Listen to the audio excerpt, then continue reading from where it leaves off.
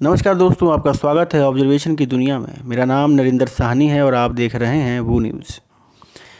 2024 के लोकसभा चुनाव को मद्देनज़र रखते हुए ममता बनर्जी ने खेलो इंडिया यानी पूरे देश में 16 अगस्त को खेला होबे दिवस यानी खेल दिवस के रूप में मनाने की शुरुआत की है। बंगाल की मुख्यमंत्री ममता बनर्जी ने बुधवार को उत्तर प्रदेश, दिल्ली और गुजरात समेत कई राज्यों में मेगा वर्चुअल रैली की। शहीद दिवस पर की गई इस वर्चुअल रैली से ममता ने जाहिर कर दिया कि बंगाल विधानसभा चुनाव जीतने के बाद उनकी नज़र अब दिल्ली की सरकार पर है। ममता ने कहा कि जब तक भाजपा पूरे देश से साफ नहीं हो जाती तब तक सभी राज्यों में खेला होगा यानी खेला होबे। उन्होंने कहा कि हम 16 अगस्त से खेल दिवस की शुरुआत करेंगे और गरीब बच्चों को फुटबॉल बांटेंगे। जी हाँ, गरीब बच्चों को फुटबॉल बांटेंगे। बात वो अलग है कि गरीब के बच्चों को फुटबॉल के साथ साथ और चीज़ों की भी ज़रूरत है। अच्छी शिक्षा, अच्छी स्वास्थ्य, अच्छा रहना सहना, अच्छा पौष्टिक आहार, भोजन, जो कि कोई भी राजनीतिक पार्टियां इस ऊपर ध्यान देने को तैयार नहीं हैं। खैर, बात करेंगे आगे। ममता जी ने आगे कहा, भाजपा को अपने ही मंत्रियों पर भरोसा नहीं है, जासूसी कराती है। आज हमारी आज़ादी खतरे में है। भाजपा ने हमारी स्वतंत्रता को खतरे में डाल दिया है। वो अपने ही मंत्रियों पर भरोसा नहीं करती और एजेंसियों का गलत इस्तेमाल करती है। हमारे फ़ोन टैप किए जाते हैं। पेगासस खतरनाक और क्रूर है। मैं किसी से बात नहीं कर सकती। ये लोग जासूसी के लिए बहुत ज़्यादा पैसा खर्च कर रहे हैं। ममता जी कहती हैं कि मैंने अपने फ़ोन पर प्लास्टर चढ़ा दिया है, वरना पूरा देश बर्बाद हो जाएगा। भाजपा ने संघीय ढांचे को गिरा दिया है।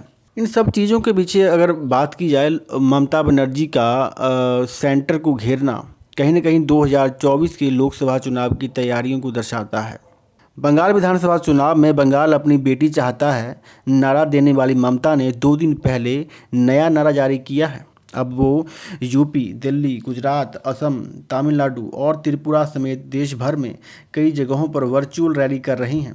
लाइव स्ट्रीमिंग के साथ साथ ममता के भाषण को स्थानीय भाषाओं में अनुवाद कराने का भी इंतजाम किया जा रहा है। टीएमसी 21 जुलाई को वर्चुअल कार्यक्रमों के जरिए राष्ट्रीय राजनीति में प्रवेश करने जा रही है। इसके लिए त्रिपुरा, असम, ओडिशा, बिहार, पंजाब, यूपी और दिल्ली में बड़ी स्क्रीन लगाई जाएंगी। 2014 से ही लगातार सभी पार्टियां, जितने भी अपोजिशन पार्टियां हैं, वो लगातार कोशिश में जुटी हुई हैं कि किसी तरीके से बीजेपी को हटाया जाए, हराया जाए। पर अभी तक कोई भी पार्टी सफल नहीं हो सकी है, जबकि सभी पार्टियों ने महागठबंधन भी देख लिया है। देश की जनता ने महागठबंधन का हाल भी देख लिया है। और 2024 में विपक्ष को कहीं ना कहीं ये भी लगता है कि एक चेहरा मिलता हुआ नज़र आ रहा है, वो ममता बनर्जी के रूप में। लोकसभा के चुनावों के दौरान महागठबंधन सभी पार्टियों के बीच में हुआ था, जो कि खासा सफल दिखता नज़र नहीं आया, जिसके कारण से ममता बनर्जी चाहती हैं कि वो खुद के दम पर पूरे देश में चुनाव लड़ें और अपनी सरकार बनाएं। कोलकाता में 1993 में 21 जुलाई को यूथ कांग्रेस के प्रदर्शन के दौरान पुलिस की गोलीबारी में 13 कार्यकर्ता मारे गए थे। इस प्रदर्शन की अगुवाई ममता ही कर रही थी। इसके बाद से ही तृणमूल कांग्रेस ने इस दिन को शहीद दिवस के तौर पर मनाना शुरू कर दिया है। हर साल 21 जुलाई को तृणमूल इस दिन बड़ी रैली का आयोजन करती है। अगर बात की जाए अभिषेक बनर्जी की, तो महासचिव बनाए जाने के तुरंत बाद उन्होंने ये कहा था कि अब पार्टी केवल बंगाल नहीं है, यानी पार्टी का अस्तित्व सिर्फ बंगाल भर नहीं है, बल्कि दूसरे राज्यों में भी चुनाव लड़ेगी। इससे पहले भी तृणमूल केरल और गुजरात में चुनाव लड़ चुकी है, पर ज़्यादा असर नहीं डाल पाई। नॉर्थ ईस्ट में मणिपुर, अरुणाचल और त्रिपुरा में पार्टी ने पकड़ बनाई, पर उसे कायम रखने में कामयाब नहीं हो सकी। ममता बनर्जी के मन में दिल्ली दरबार का सपना नया नहीं है। 2012 में जब उन्होंने राष्ट्रपति के लिए यूपीए की ओर से प्रणब मुखर्जी के नॉमिनेशन का विरोध किया था और एपीजे अब्दुल कलाम का नाम रखा था, तभी ये जाहिर हो गया था कि उनके मन में केंद्र की राजनीति है। 2014 में ममता की पार्टी ने 40 लोकसभा सीटें जीती थी। इसके बावजूद उन्हें केंद्र में कोई रोल नहीं मिला, क्योंकि मोदी की अगुवाई में भाजपा को सबसे बड़ा बहुमत हासिल हुआ था। 2019 में भी हालात यही रहे। हालांकि ममता भी 2021 के चुनावों में पहले से ज़्यादा बहुमत के साथ लौटी हैं।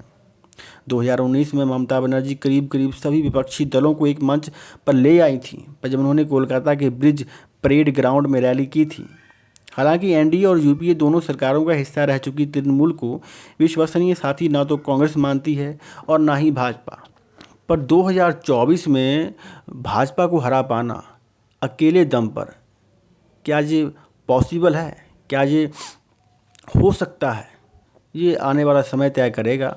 पर कहीं ना कहीं बंगाल की राजनीति और पूरे देश की राजनीति में बहुत ज़्यादा अंतर है।